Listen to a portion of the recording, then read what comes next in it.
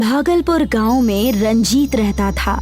गांव में सूखा पड़ने की वजह से वो पूरी तरह से जमींदारों के कर्ज में डूब चुका था। पूरे गांव से रंजीत कर्जदार हो गया था। अनपढ़ और नाकामयाब होने की वजह से रंजीत शहर जाकर गांव वालों से छुपकर भीख मांगकर अपना गुजारा करता था। अपने गांव से निकलते ही भिखारी के वेश में आकर वो शहर चला जाता।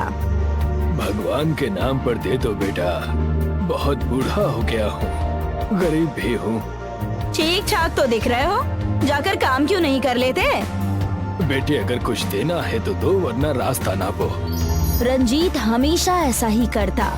हमेशा गांव से शहर आकर सड़कों और तरह तरह की जगहों पर भीख मांगता और अपने दिन की कमाई करके गांव चला जाता। जमींदार साहब, वो देखिए, वहाँ से रंजीत आ रहा है। उससे अपने खेत का ब्याज मांग लीजिए, वरना कल सुबह फिर से भाग जाएगा। तुमने सही कहा।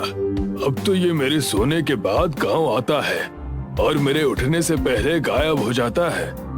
जमींदार और मुंशी रंजीत के घर आ पहुंचते हैं। आज तुम्हारे दर्शन हुए हैं। मालिक, आपने मेरे सारे खेत ले लिए। अब बस ये छोटी सी कुटिया ही बची है।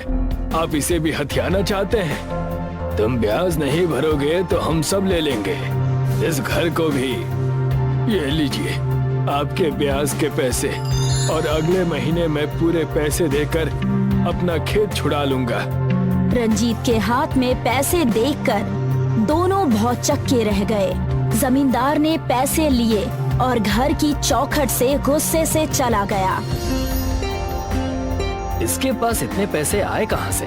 और भाव ताव से तो पता चल रहा है कि ये कोई गांव का बड़ा साहब हो। और बातें तो ऐसी कर रहा था कि ये सारी जमीनें खरीद लेगा हमसे। और ऐसा ही सिलसिला चलता रहा। रंजीत हमेशा गांव से सुबह शहर के लिए वेश बदल कर निकल जाता और शहर जाकर फिर से भिखारी बनकर भीख मांगकर पैसे जमा करता। एक दिन जमींदार अपनी पत्नी मंगला को शहर में समंदर दिखाने के लिए लेकर गया हुआ था। वहां जाकर जमींदार ने देखा कि रंजीत भीख मांग रहा था। तुम मुझे एक दोगे, भगवान तुम्हें 10,000 देगा। अच्छा, तो ये है तुम्हारा नया खेल। गांव में बड़े ठाट बाट से घूमते हो और यहाँ आकर भीख मांगते हो। कृपा करें मालिक, कृपा करें, ऐसा ना करें। मैं ये बस अपना घर चलाने के लिए करता हूँ। मैंने आपके पूरे पैसे इकट्ठे कर लिए हैं और मैं जल्द से जल्द आपके पास आने ही वाला था। तुम बस गांव चलो और वहाँ चलकर देखना, तुम्हारा रहना दुश्वार हो जाएगा। जमींदार और मुंशी ने मिलकर पूरे गांव वालों को ये बात बता दी। रंजीत जहाँ कहीं भी जाता, लोग उसे भिखारी कहकर शर्मिंदा करते। अरे वो देखो, गांव के सबसे बड़े भिखारी गांव में आ रहे हैं। हाँ हाँ, जल्दी से जेब से चिल्लर निकालो, इन्हें भीख भी तो देनी है हमें। पूरे गांव से रंजीत अपने भिखारी होने के ताने सुन सुनकर थक हार कर परेशान होकर भागलपुर गांव छोड़कर चला जाता है। उस जमींदार ने मेरी जमीन ले ली, मेरा घर ले लिया, मेरा सब कुछ खत्म हो गया। भगवान ने अनाथ भेजा था। आज इस उम्र में भी मैं अकेला ही हूँ। इस जीवन में रोने से अच्छा है कि मैं ये जीवन ही त्याग दूं। रंजीत ऊंचे पहाड़ पर चढ़कर गहरी सोच में पड़ा ही था।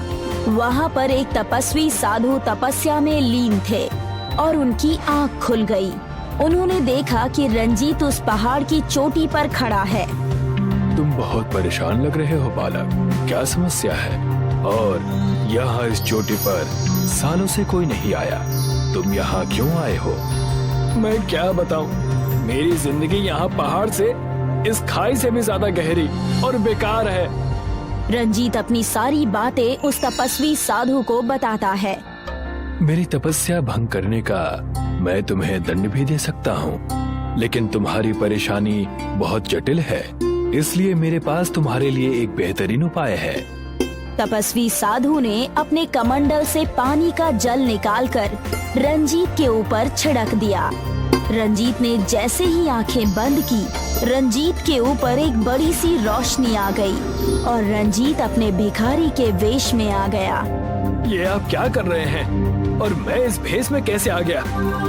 मैंने तुम्हें आशीर्वाद दिया है, तुम जब भी इस भेष में कुछ भी भिक्षा लोगे वो भिक्षा 4 गुना ज्यादा हो जाएगी, लेकिन सिर्फ इस भेष में रहने पर ही। और इसकी शुरुआत मैं करता हूँ। आप क्या करने वाले हैं गुरुजी? मैं ये सोने के सिक्के तुम्हें भिक्षा में दे रहा हूँ। बहुत कम ऐसे होते हैं जिन्हें साधु भिक्षा देते हैं। मैं इसे तुम्हें आशीर्वाद के तौर पर दे रहा हूँ। मैं इसे एक सपना समझूं या क्या समझूं? ये मेरे साथ भगवान ने कैसा खेल खेला है, मुझे कुछ समझ में नहीं आ रहा। जैसे ही तपस्वी साधु ने एक सोने का सिक्का दिया, रंजीत के भिखारी के वेश में होने के कारण वो सिक्का 4 गुना ज्यादा हो गया। रंजीत की आंखें उन सिक्कों को देखकर हैरान हो गई। रंजीत ने उन सिक्कों को शहर जाकर एक जौहरी की दुकान पर बेच दिया और सारे पैसे लेकर गांव के पास वाली जमीन में एक बड़ा सा घर बनवाया। ठेकेदार साहब, मेरा ये घर बहुत बड़ा बनवाना। मुझे मेरे भागलपुर गांव वासियों को इस जमीन पर दावत देनी है।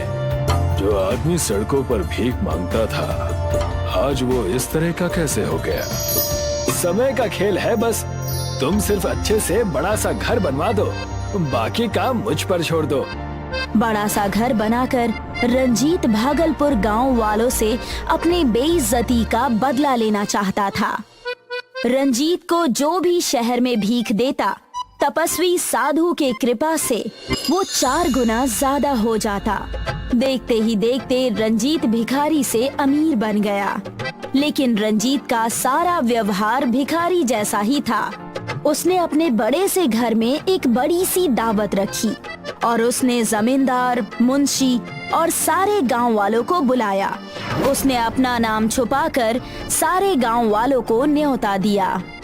सुनो सुनो सुनो, भागलपुर गांव के पास जो बड़ा सा महल बना है, वहाँ के मालिक ने पूरे भागलपुर वासियों को दावत पर बुलाया है। सुनो सुनो सुनो। जमींदार साहब, मैंने अंदर जाकर उस महल को देखा।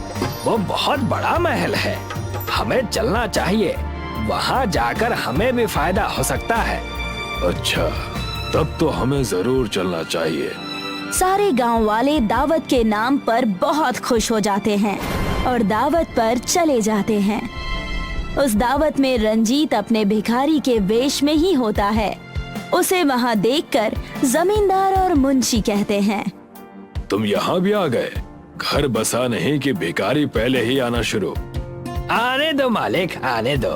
अच्छी भीख मिल जाएगी ना यहाँ पर।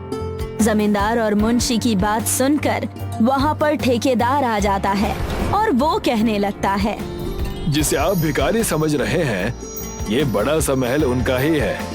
ये क्या बकवास है? ठेकेदार, तुम होश में तो हो? मैं सच कह रहा हूँ, ये महल मैंने ही बनाया है और ये रंजीत जी का ही महल है। लेकिन ऐसे कैसे? ये तो शहर में भीख मांगा करता था और आज इतने बड़े महल का मालिक रंजीत कैसे हो गया? तब वहाँ रंजीत कहता है, मैं तो बस अपने हालातों की वजह से भीख मांगा करता था, लेकिन आप सब अपने कर्मों से मांग रहे हैं। सब कुछ होते हुए भी तुम्हारे पास कुछ नहीं है। मेरे पास कुछ ना होकर भी अब सब कुछ है। रंजीत की बात सुनकर दोनों बहुत उदास हुए और सारे गांव वाले शर्मिंदा हो गए और रंजीत से माफी मांगने लगे। लेकिन उसके बाद भी रंजीत शहर जाकर भीख मांगकर अपनी जिंदगी जीता था।